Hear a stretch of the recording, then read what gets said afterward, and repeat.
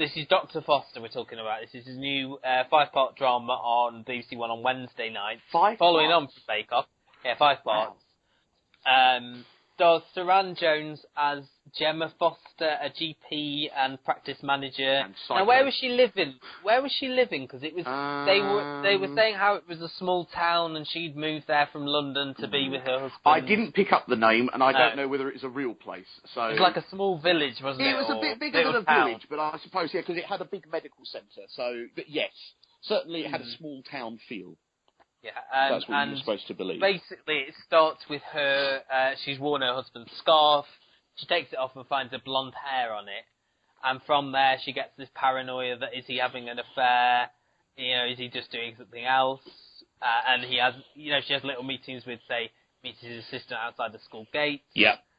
See, there's a little focusing on every time he touches a blonde woman's shoulder. Yeah, it was wonderfully shot in that way that it built the paranoia for the audiences at the same time that Saran Jones was kind of feeling it. Yeah. And Gary, did you notice who was playing their family friend at that dinner? With the blonde hair. What? The one that it was revealed he was having the affair with, or. No. Early on when they were having the dinner and she said to the friend... one that came into the kitchen to talk to her. Yeah. I did recognise her, but I couldn't pull her out of a lineup. It's Luther's wife's lesbian lover from What Remains. Oh, no, hold on. Luther's wife's lesbian lover is the one out of Game of Thrones. No, she's Luther's wife.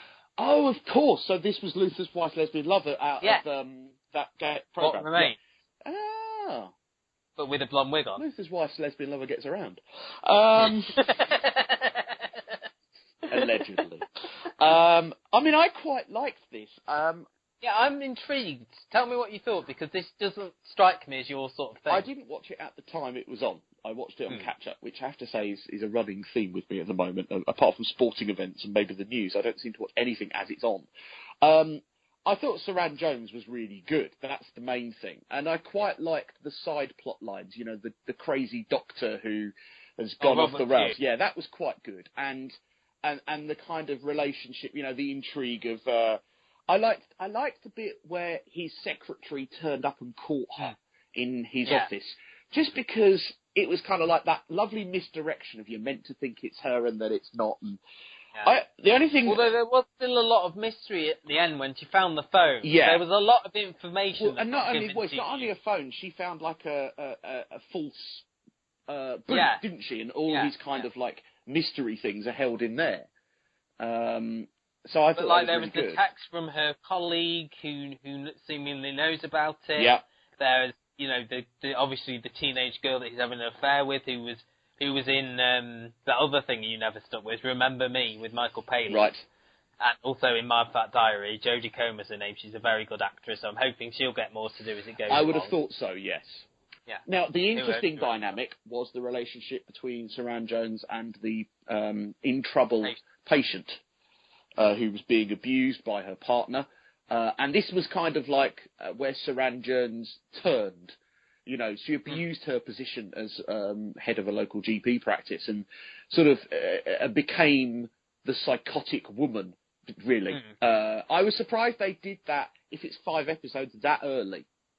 I didn't mind the reveal of the fact that he's having the affair. I think this is all going to sort of catch up with her, isn't it, as it goes on? She's going to end up in the... I've kind of slightly telegraphed it. She's going to end up needing the help of that doctor she fired. Yeah, no, definitely, Robert Pugh. I think so as well. And what I liked about this was... It's going to end up coming true, what he said about her. The arrogance of her.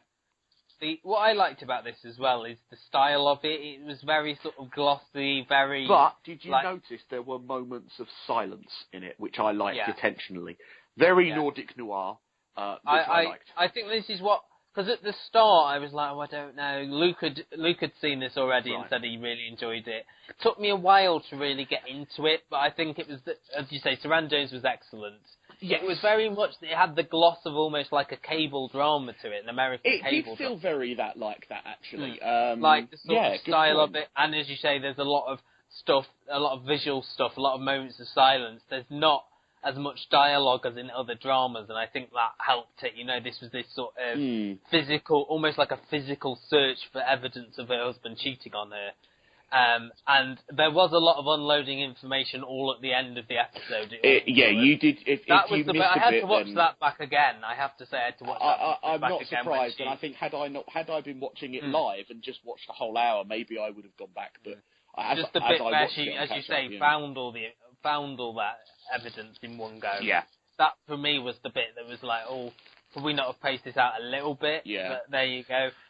So it'll be interesting to see where it goes. I think we're both going to stick with this, and hopefully next week, Luke. Yes, it would be good back. to get Luke's thoughts next week. And I suppose we ought to say here, if you've got your thoughts, dear podcast listener, we'd love to know them. You can get in touch with us. We'll give you details of how to do that at the end of the show. But what did you think of Dr. Foster?